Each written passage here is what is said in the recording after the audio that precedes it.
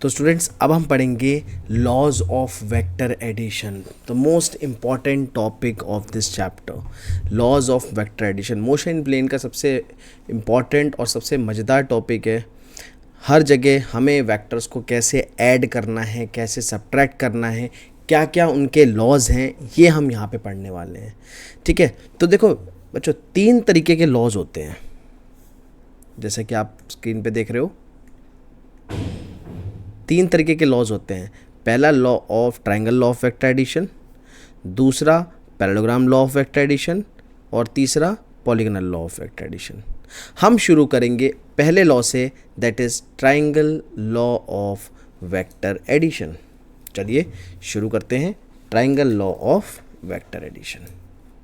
ठीक है, चलिए सबसे पहले स्टेटमेंट की बात करते हैं।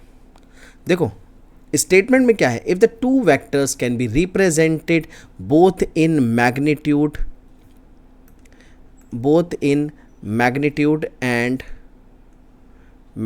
And direction by the two sides of a triangle,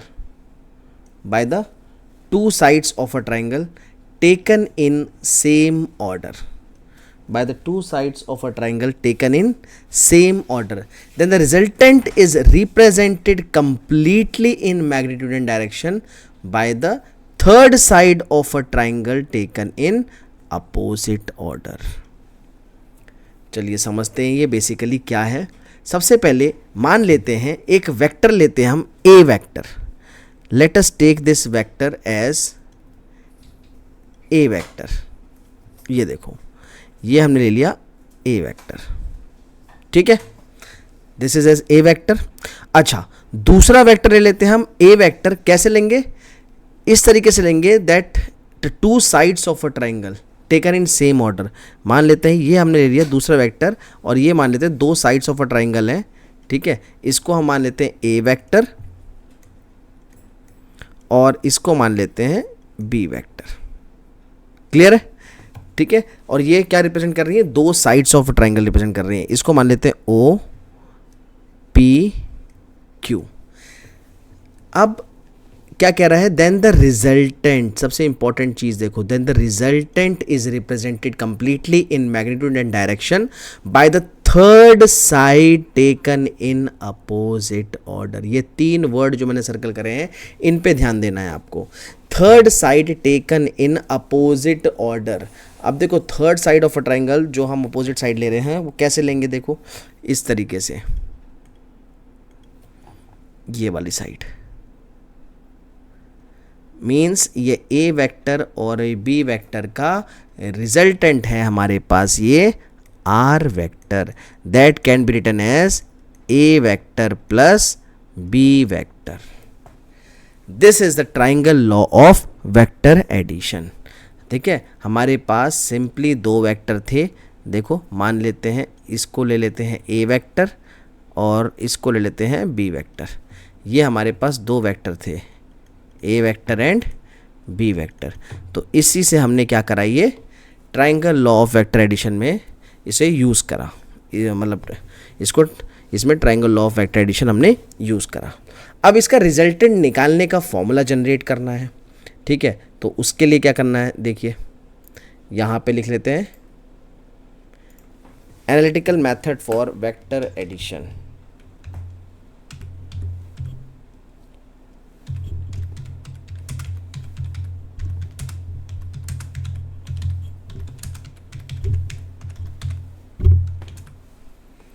analytical method of vector addition. ठीक है, analytical method of vector addition. अब देखो इसमें क्या करना होता है।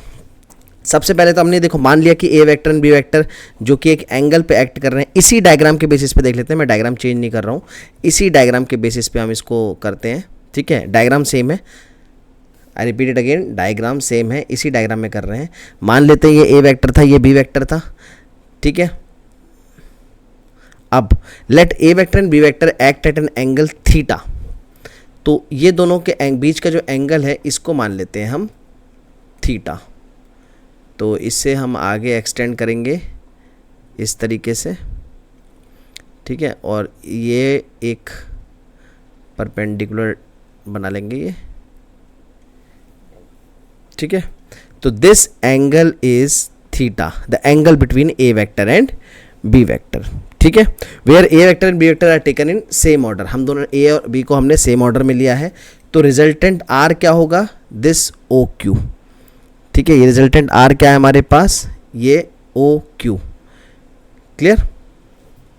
तो हम यहाँ पे रिजल्टेंट ले लेते हैं, resultant R vector is equal to O Q vector.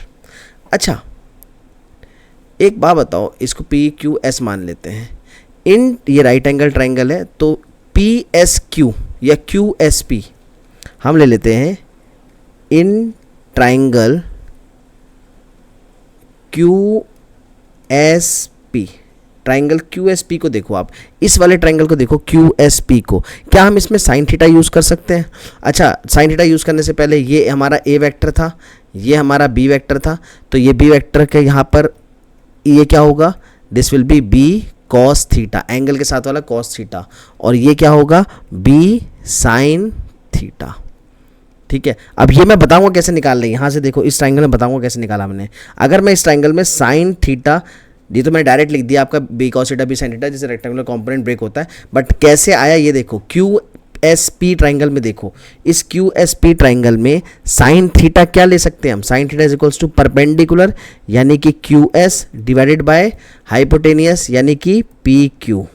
तो क्यू एस कितना है, देखो क्यू एस कितना है हमें निकालना है, ठीक है। तो क्यू एस यहाँ से कितना निकाल सकते हैं हम, Q S is equal to P Q sine theta, और पी क्यू क्या है, बी, तो हम लिख सकते हैं यहाँ पे बी साइन थीटा, ये आ गया ना, Q S is equals to B sine theta. इसी तरीके से साइन थीटा की जगह अगर हम कॉस थीटा यूज़ करें तो क्या आएगा, देखो cos theta is equals to base, base कितना है पी एस, और अपॉन हाइपोटेनियस पी क्यू, तो यहाँ से हम क्या निकाल सकते हैं, पी एस निकाल सकते हैं, कितना आएगा पी क्यू कॉस थीटा, और पी क्यू कितना है देखो यहाँ से बी, तो ये आ गया बी कॉस थीटा, देखो ऑलरेडी मैंने लिख चुका हूँ ये, तो ये बी कॉस थीटा और बी साइन थीटा ये हमने ऑलरेडी लिख लिया है, ठीक है। इसको आप साथ साथ बनाते चलो क्योंकि मैं नीचे स्क्रॉल डाउन कर दूंगा तो ये चला जाएगा फिगर, ठीक है, ध्यान से देखो। चलिए अब बात करते हैं, हमारा दोनों साइड आ गई, अब कुछ नहीं करना, आपको बड़े वाले ट्राइंगल में पाइथागोरस थ्योरम यूज़ करना है बस, ठीक है। कोई दिक्कत वाली बात ही नहीं है, दिक्कत हम आने नहीं देंगे, बस आप ध्यान से सुनो, कोई टेंशन वाली बात नहीं है। ये देखो अब हमें क्या करना है, सबसे सिंपल और सबसे आसान हम यहाँ लिखेंगे using Pythagoras theorem in triangle O S Q में, बस ये यूज़ कर लो बस, और कोई टेंशन नहीं है। देखो क्या आएगा, ओ एस क्यू में अगर हम यूज़ करते हैं तो हमारा आएगा क्या, ओ एस का square is equal to, sorry O Q का स्क्वायर, ये बड़ा वाला Pythagoras hypotenuse side, O Q का square is equal to O S का स्क्वायर प्लस क्यू एस का स्क्वायर, है ना। तो ये कितना आएगा, देखो ये हो गया रिजल्टेंट आर का स्क्वायर, ओ एस कितना है O P plus P S, तो O P plus P S का स्क्वायर है प्लस क्यू एस ये है। तो नेक्स्ट लाइन में लिख सकते ओ पी कितना है, अब देखो ओ पी साइड कितना है ए, प्लस पी एस कितना है बी कॉस थीटा, तो ए प्लस बी कॉस थीटा का होल स्क्वायर, ठीक है। एक बार इसमें लिख लेते हैं फिर मैं स्क्रॉल कर लूँगा नीचे, प्लस क्यू एस कितना है, देखो क्यू एस कितना है बी साइन थीटा का whole square, B sine theta का होल स्क्वायर, ये हमने लिख लिया पूरा यहाँ से, है ना। अब देखो तो ये कितना आ गया, रिजल्टेंट आर का square is equal to a plus B cos theta का होल स्क्वायर, यहाँ पे हम लगाएंगे क्या लगाएंगे, यहाँ पे ए प्लस बी का होल स्क्वायर लगाएंगे, क्या होता है a square plus 2ab plus B square, इसको यूज़ करेंगे। तो देखो क्या आएगा हमारा, ए की जगह कैपिटल ए, तो ये जाएगा हमारा a square plus 2ab cos theta plus B square cos square theta plus b sine theta का square b square sine square theta, ठीक है। ये आ गया b square sine square theta. तो यहाँ से हम क्या लिख सकते हैं, देखो यहाँ से अब इसको सॉल्व करने में क्या लिख सकते हैं, चेक करो आप। तो ये देखो ए स्क्वायर, ठीक है, ये अगर इस पूरे पोर्शन से हम कॉस ये बी स्क्वायर कॉमन ले लें, इस वाले पोर्शन से अगर हम बी स्क्वायर कॉमन ले लें तो ये आ जाएगा A square plus B square. अच्छा, cos square theta plus sine square theta 1। इसमें क्या यूज़ कर रहे हैं हम, sine square theta plus cos square theta is equal to 1 use कर रहे हैं। ठीक है, यहाँ पे लिख लेंगे यूजिंग। तो ये क्या बचा, खाली बी स्क्वायर बचा। अब बाद में क्या बचा, प्लस 2ab कॉस थीटा। ठीक है, तो ये था हमारा रिजल्टेंट आर स्क्वायर, और we can write down resultant R is equal to under root A square plus B square plus 2ab cos theta. So basically this becomes the formula for finding the magnitude of resultant. ये आ गया हमारा resultant का formula. ठीक है, ये क्या देगा, ये हमारे रिजल्टेंट आर वेक्टर का मैग्नीट्यूड निकालने का हमारा फॉर्मूला है। रिजल्टेंट आर वेक्टर के मैग्नीट्यूड निकालने का हमारा फॉर्मूला है। अच्छा, डायरेक्शन अगर निकालनी हो तो क्या करेंगे, इसे भी लिख लेते हैं। चलो,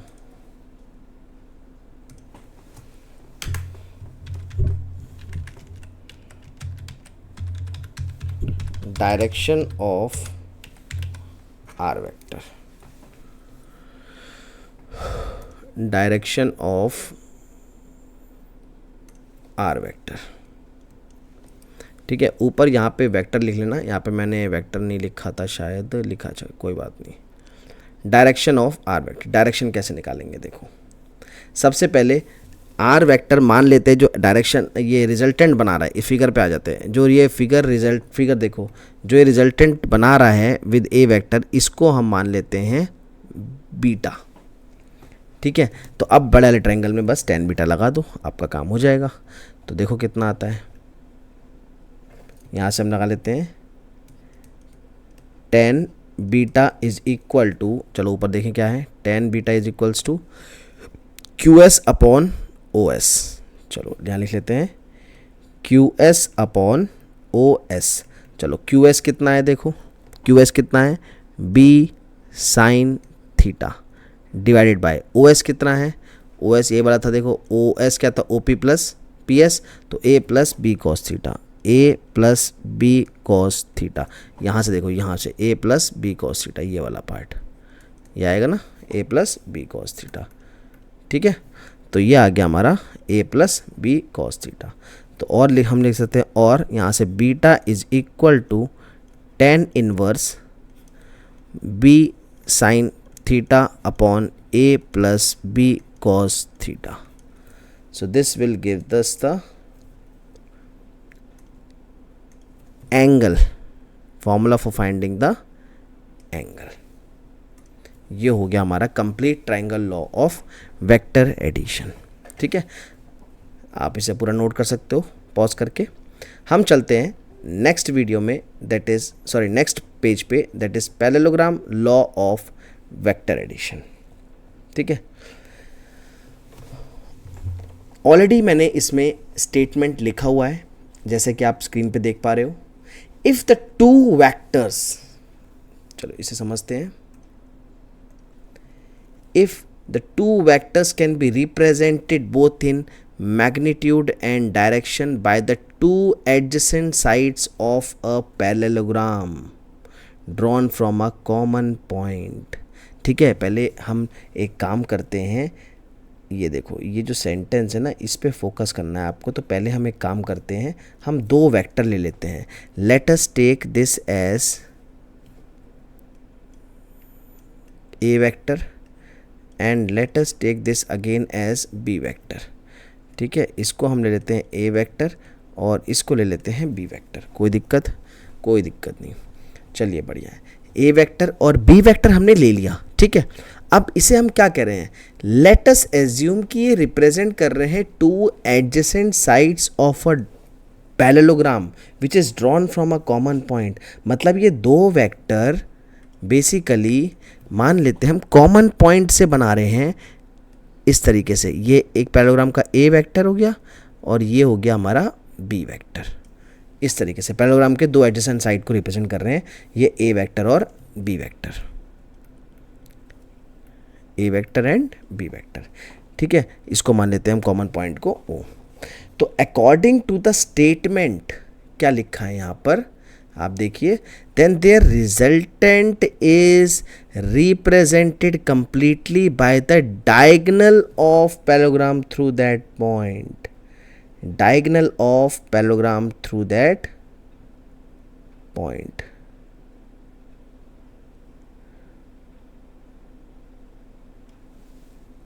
तो इसका मतलब रिजल्टेंट कहाँ है, ये रिजल्टेंट है, इसका डायगोनल, इसी कॉमन पॉइंट से जो हम डायगोनल बनाएंगे दैट इज द रिजल्टेंट। ये हमारा आर वेक्टर जो हो गया, this will give us the resultant.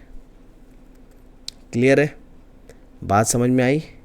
ठीक है, आप देखो अगर हम इसको जोड़ दें तो क्या बन रहा है, ये देखो, अगर हम इसे ऐसे करके जोड़ें तो क्या बन रहा है, ये एक पैरेललोग्राम बन रहा है, ये है ना, तो ये डायगोनल है, दिस इज आर। सो हम यहाँ पे लिख सकते हैं R vector is equal to A vector plus B vector. ठीक है, R vector is equals to A vector plus B vector. Clear?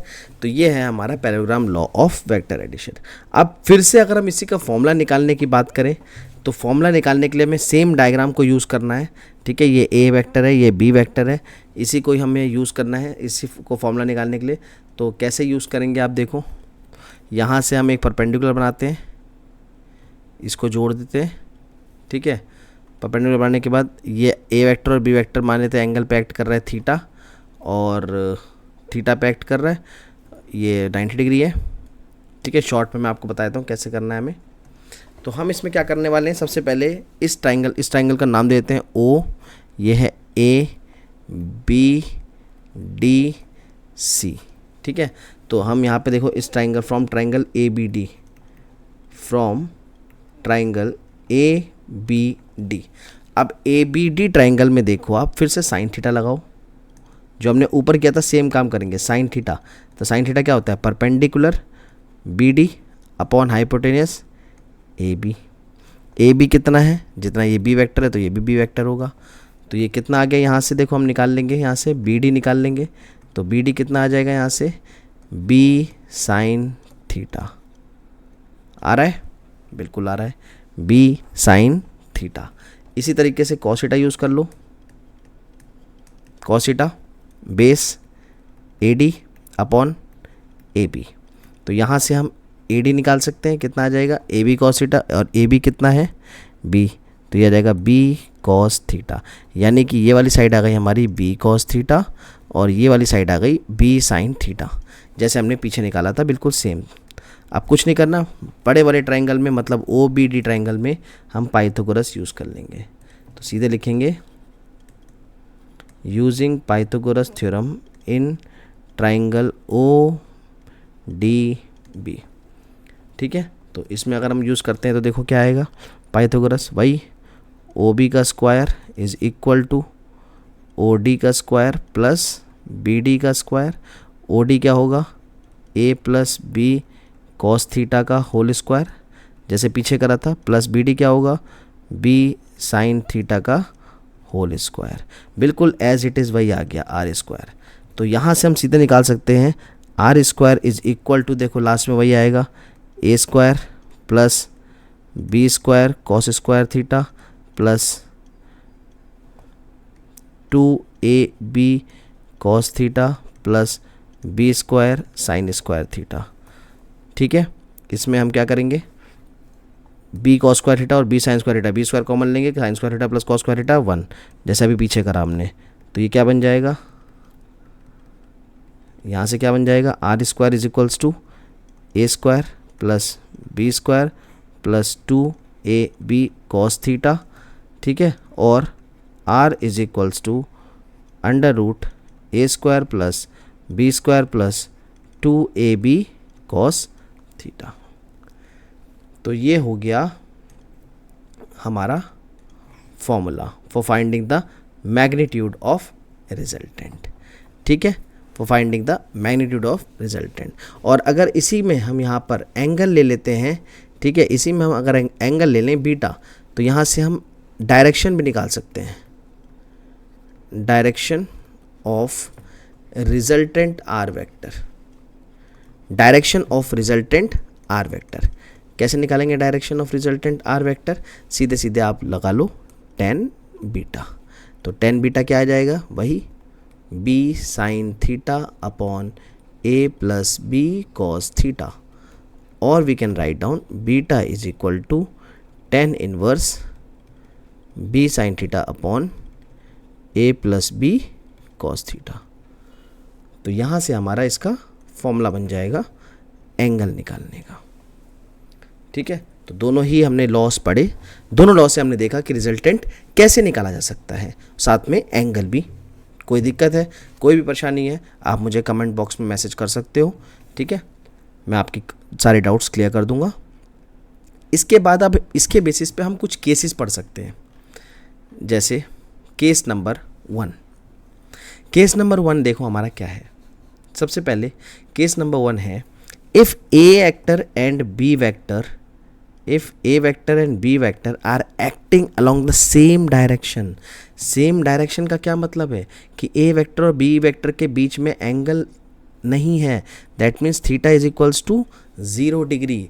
अब थीटा 0 होगा तो रिजल्टेंट का फॉर्मूला क्या है हमारे पास? r is equals to under root a square plus b square plus 2ab cos 0 degree, और cos 0 कितना होता है? 1, यानी कि ये कितना आ जाएगा? Under root a square plus B square plus 2ab। तो ये फॉर्मूला नहीं बन गया a प्लस बी का whole square, a square plus B square plus 2ab, यानी कि ये हो गया under root a plus B का होल स्क्वायर का अंडर रूट, और we can write down resultant r is equal to simply a plus B. ये हो गया simply r is equals to a plus B. इस केस में मतलब अगर सेम डायरेक्शन में है तो डायरेक्टली हम रिजल्टेंट निकाल सकते हैं by adding the two vectors, magnitude of the two vectors a plus B. Second case देखते हैं, ठीक है, आप आराम से पॉज करके नोट कर सकते हैं, हम सेकेंड केस की तरफ चल रहे हैं। सेकेंड केस है, if A vector and B vector are acting, if A vector and B vector are acting along the mutually opposite direction. अब देखो अपोजिट डायरेक्शन का क्या मतलब है कि हमारे पास बेटा थीटा जो है वो आ गया 180 डिग्री, अपोजिट डायरेक्शन में एक्ट कर रहे हैं, तो थीटा कितना आ गया? 180 डिग्री। ये मान लेते हैं ए वेक्टर, ये मान लेते हैं बी वेक्टर, तो थीटा आ गया हमारे पास 180 डिग्री। तो 180 डिग्री के हिसाब से हम रिजल्टेंट कैसे निकालेंगे? r is equals to under root a square plus B square plus 2ab cos 180 degree. अब cos 180 डिग्री कितना होता है? cos 180 डिग्री होता है -1, ठीक है, cos 0 1 होता है, cos 90 0, cos 180 -1। तो इस हिसाब से ये क्या आया? ये आया under root a square plus B square minus 2ab। ये बन गया under root a minus B का होल स्क्वायर का फॉर्मूला, और we can write down resultant r is equal to a minus B. तो ये बना इसका formula r is equals to a minus B. यहाँ से हम रिजल्टेंट निकाल सकते हैं। और थर्ड केस आता है हमारा, if A vector and B vector are acting along mutually perpendicular direction, that means in this case theta is equals to 90 degree. तो ऐसे में क्या होगा? ऐसे में रिजल्टेंट r कितना हो जाएगा? Under root a square plus B square plus 2ab cos 90 degree. cos 90 कितना होता है? 0, यानी कि r क्या बचा? Under root a square plus B square बचा। तो इस फॉर्मूले से निकाला सकता है when they are acting mutually perpendicular to each other, उस केस में ये वाला फॉर्मूला लगेगा। अच्छा, उस केस में एक चीज़ और है, अगर हम एंगल निकालें, एंगल की बात करें इस केस में ऑल्सो इस केस में अगर हम एंगल की बात करें तो tan beta is equal to क्या होता है, b sine theta upon a plus B cos theta. तो यहाँ पे अगर आप थीटा 90 पुट करोगे तो साइन 91 होता है, यानी ऊपर तो बचेगा b और यहाँ कॉस 90 0 हो जाएगा, तो नीचे बनेगा a, यानी कि tan बीटा कितना आ गया, b बाई a, और beta is equals to tan inverse b by a। तो यहाँ पे फॉर्मूला इस मेथड से निकाला जा सकता है। तो ये सारे हमारे केसेस थे, ठीक है, जो वेक्टर एडिशन में काम आते हैं। अब इसमें लास्ट छोटा सा टॉपिक रह गया है सब्ट्रैक्शन। मान लीजिए अगर सब्ट्रैक्शन ऑफ वेक्टर आ रहा है तो उस केस में हम क्या करेंगे। हालांकि ये केस नंबर 2 हम उसमें पढ़ चुके हैं, लेकिन थोड़ा सा मैं आपको डायग्राम के बेसिस पे समझाना चाहता हूँ। यहाँ तो हमने थीटा लिया है सेम यूज़ करके, बट मैं एक बार डायग्राम के बेसिस पे एक बार बताना चाहता हूँ आपको कि क्या चीज़ है ये। देखो, मान लेते हैं हम यहाँ पे एक वेक्टर ले रहे हैं, ठीक है, ए वेक्टर, ये ले लिया हमने ए वेक्टर, ठीक है, ये ले लिया ए वेक्टर, ये था हमारा B vector, this is A vector and this is B vector, ठीक है। अब इसका मैं अपोजिट साइड में ले रहा हूँ माइनस बी वेक्टर, इधर होगा, this is minus B vector, ठीक है। इसके बीच में हमने एंगल ले लिया थीटा, जो लेते आ रहे शुरू से, इसके बीच में हमने एंगल ले लिया थीटा। तो अगर मुझे ए वेक्टर और बी वेक्टर का रिजल्टेंट चाहिए तो इसका रिजल्टेंट मुझे कहाँ मिलेगा, ए वेक्टर और बी वेक्टर का जो रिजल्टेंट है वो मुझे इन दोनों के बीच में मिलेगा using the parallelogram law of vector addition. ये क्या है, basically this is the resultant, ठीक है, ये रिजल्टेंट है किसका, sum A vector plus B vector का रिजल्टेंट क्या होगा यहाँ पे, ए वेक्टर, ये resultant R vector is equals to A vector plus B vector. अब अगर मुझे डिफरेंस निकालना है, मतलब ए माइनस बी वेक्टर, तो उसका रिजल्टेंट मुझे कहाँ मिलेगा, नीचे की तरफ, ये, ठीक है, दिस इज द रिजल्टेंट और ये हम लिख सकते हैं R vector, this is the difference is equals to A vector plus minus B vector, ठीक है। इसी के बारे में मैं बात करना चाह रहा था आपसे। तो ये थीटा एंगल है, तो ये टोटल एंगल, ये बचा हुआ येला एंगल कितना होगा, this will B 180 minus theta. ये एंगल कितना होगा, 180 माइनस थीटा। तो अगर हम इसी फॉर्मूले में इसको यूज़ करें तो ये क्या आएगा, देखो इसी फॉर्मूले में अगर हम इसको यूज़ करना चाहें तो ये क्या आएगा, resultant R is equals to under root A square plus B square plus 2ab cos theta की जगह 180 माइनस थीटा यूज़ करेंगे, ठीक है। यहाँ पे आपको यूज़ करना पड़ेगा using cos 180 minus theta is equal to minus cos theta. याद रखना, साइन 180 माइनस थीटा होता है sine theta and cos 180 minus theta होता है माइनस कॉस थीटा। तो इस हिसाब से अगर हम इसको यूज़ करते हैं तो फिर से क्या बनेगा, resultant R is equals to under root A square plus B square plus 2ab cos 180 minus theta minus cos theta. तो ये हो जाएगा माइनस, क्योंकि cos 180 minus theta minus cos theta होता है, तो माइनस बाहर आ जाएगा यहाँ पे, माइनस 2ab कॉस थीटा, ठीक है। तो उसके रिजल्टेंट का फॉर्मूला हमारे पास ये आ गया। सब्ट्रैक्शन ऑफ वेक्टर में प्लस की जगह माइनस यूज़ करेंगे हम, ठीक है। ध्यान रहे, जब प्लस की जगह माइनस यूज़ करेंगे तो एंगल में भी चेंज होगा, एंगल में भी चेंज होगा, तो वहाँ पे आप वही चीज़ पुट कर देना, ठीक है। साइन 180 माइनस थीटा और वो कॉस 180 माइनस थीटा पुट करेंगे तो वहाँ पे भी यही चीज़ आएगी। अगर हम इन्हीं दोनों को चीज़ को पुट करते हैं एंगल में भी, तो देखो क्या आता है, tan beta is equals to क्या आता है हमारे पास, बी साइन थीटा की जगह sine 180 minus theta upon A plus B cos theta की जगह कॉस 180 माइनस थीटा। तो साइन 180 माइनस थीटा तो क्या होता है, tan beta is equals to sine 180 minus theta क्या होगा, sine theta divided by cos 180 minus theta minus cos theta, तो वो माइनस बाहर आ जाएगा यहाँ पर, तो ये जाएगा a minus B cos theta. तो एंगल के लिए हमारा ये फॉर्मूला बन गया in the case of subtraction. तो ये था हमारा एडिशन एंड सब्ट्रैक्शन, जिसमें हमने 2 लॉ पढ़े अभी तक, triangle law and parallelogram law. एक लास्ट लॉ इसमें थर्ड वाला रह गया है, that is polygonal law of vector addition. ठीक है, इसे भी देख लेते हैं। Polygonal law of vector addition हमारा क्या कहता है, स्टेटमेंट क्या कहना चाह रहा है। देखो सबसे पहले अगर हम बात करें polygon law of vector addition की, तो उसका स्टेटमेंट ये बोलता है कि if vector is represented magnitude and direction by the sides of open polygon which is taken in same order,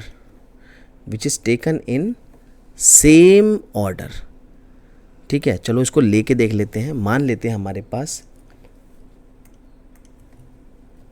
ये ए वेक्टर है, ये बी वेक्टर है, ठीक है, ये सी वेक्टर है, तीन वेक्टर ले लिया हमने, ए वेक्टर, बी वेक्टर और सी वेक्टर।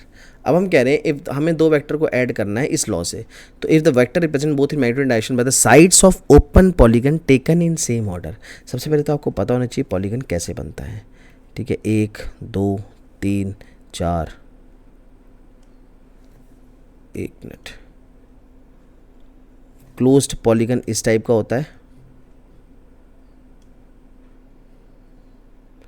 इस फॉर्म को हम इस लॉ में इंट्रोड्यूस करेंगे, ठीक है। तो ए vector, B vector, C vector, तो ए वेक्टर और बी वेक्टर को ले लेते हैं पहले। सबसे पहले हम बात करते हैं ए वेक्टर और बी वेक्टर की, ठीक है। तो if the vector represent both in magnitude and direction by the sides of polygon taken in same order, तो हम ले लेते हैं सबसे पहले ए वेक्टर को। ये ले लिया हमने ए वेक्टर,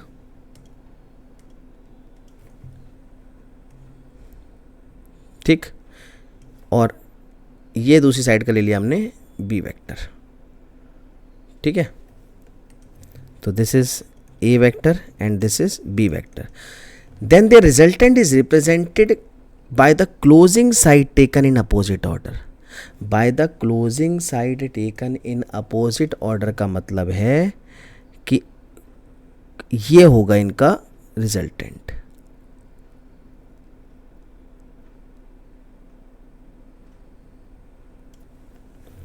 ये हो गया इन दोनों का वेक्टर का रिजल्टेंट आर वेक्टर। तो यहाँ से हम लिख सकते हैं R vector is equal to A vector plus B vector, ठीक है। अब मान लेते हैं हम सी वेक्टर को जो इंट्रोड्यूस करा रहे थे, सी वेक्टर, ये हो गया सी वेक्टर, एक और वेक्टर ले लिया हमने सी वेक्टर, ये हो गया हमारा सी वेक्टर। तो थर्ड रिजल्टेंट वेक्टर फिर से क्या हो जाएगा, अब आर वेक्टर और सी वेक्टर का रिजल्टेंट क्या हो जाएगा, आर डैश वेक्टर, ये हो जाएगा हमारा आर डैश वेक्टर। ऐसे ही करके कंप्लीट पॉलीगन बनता जाएगा। तो ये आर वेक्टर था, तो इसे हम ले लेते हैं आर डैश वेक्टर, ठीक है। तो यहाँ पे आर डैश वेक्टर क्या हो जाएगा, that will be equal to R vector plus C vector, ठीक है। और इसको लिख सकते हैं हम, और that is equal to A vector plus B vector plus C vector. यहाँ से इसकी वैल्यू पुट कर सकते हैं, ठीक है। अब इसी को आगे चलते जाएंगे, अगर एक और वेक्टर इंट्रोड्यूस करेंगे तो वैसे ही आर डबल डैश वेक्टर हो जाएगा एंड सो ऑन। तो this was polygon law of vector addition. तो ये हमारा कंप्लीट लॉ था। आप पूरा पॉज करके इसे नोट कर सकते हैं। कहीं पे भी कोई भी दिक्कत हो आप मुझे बता सकते हैं। नेक्स्ट लेक्चर में हम इसके आगे का पार्ट पढ़ेंगे।